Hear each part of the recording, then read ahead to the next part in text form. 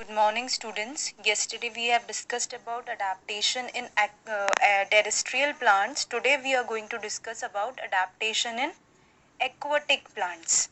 Today we are going to discuss adaptation in aquatic plants. The first is adaptation in free floating plants. So, free floating plants, you can see the free floating plants are those which float freely.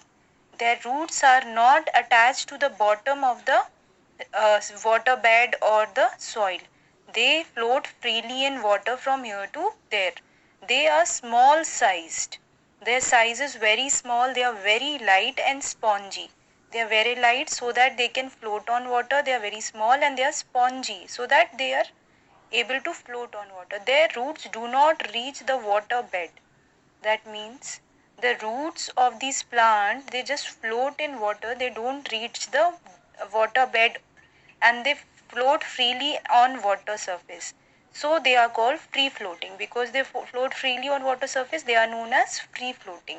They have spongy leaves which help them float in water. Because the leaves are spongy, they can easily float on water. Their leaves have waxy coating to prevent rotting in water. They are always in water, so the leaves have waxy coating so they don't rot in water. The waxy coating does not allow the water to remain on the leaves and thus they do not rot in water. Examples are water lettuce, duckweed and water hyacinth. This is the adaptation in free floating plants.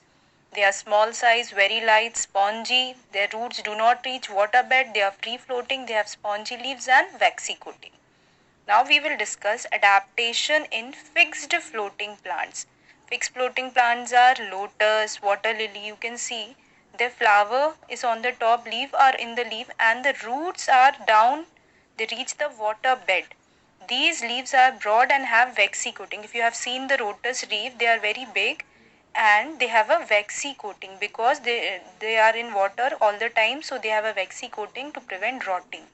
The stomata are present on the upper surface of leaf. Earlier we have discussed that stomata is present on the lower surface, but in aquatic plants the stomata is present on the upper surface because the lower surface is in water.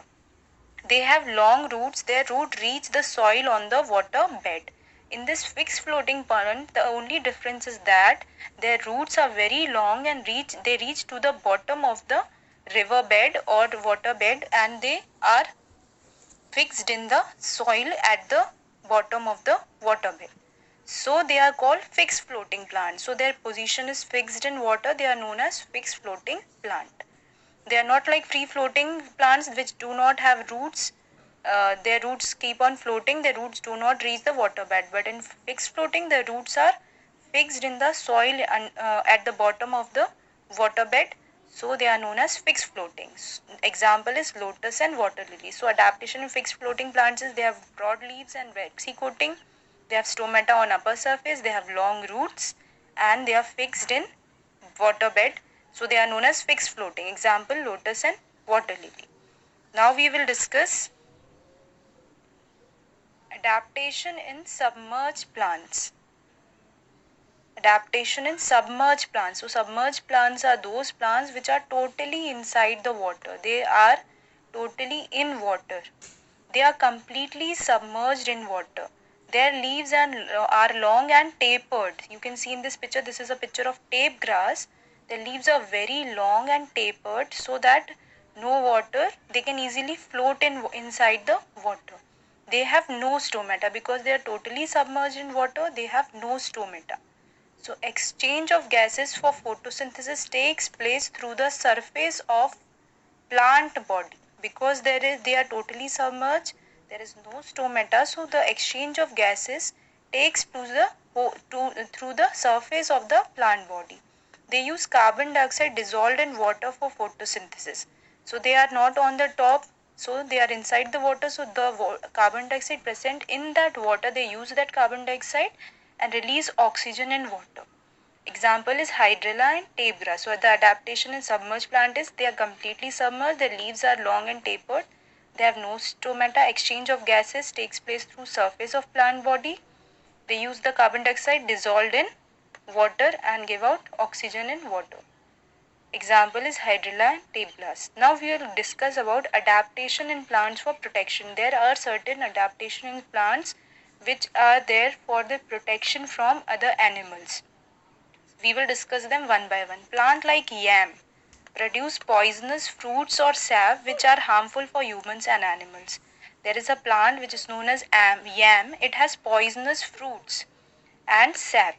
So that poisonous fruit and sap allows is very harmful on humans and animals. So no human or animal tries to eat this plant. So this is the adaptation for protection.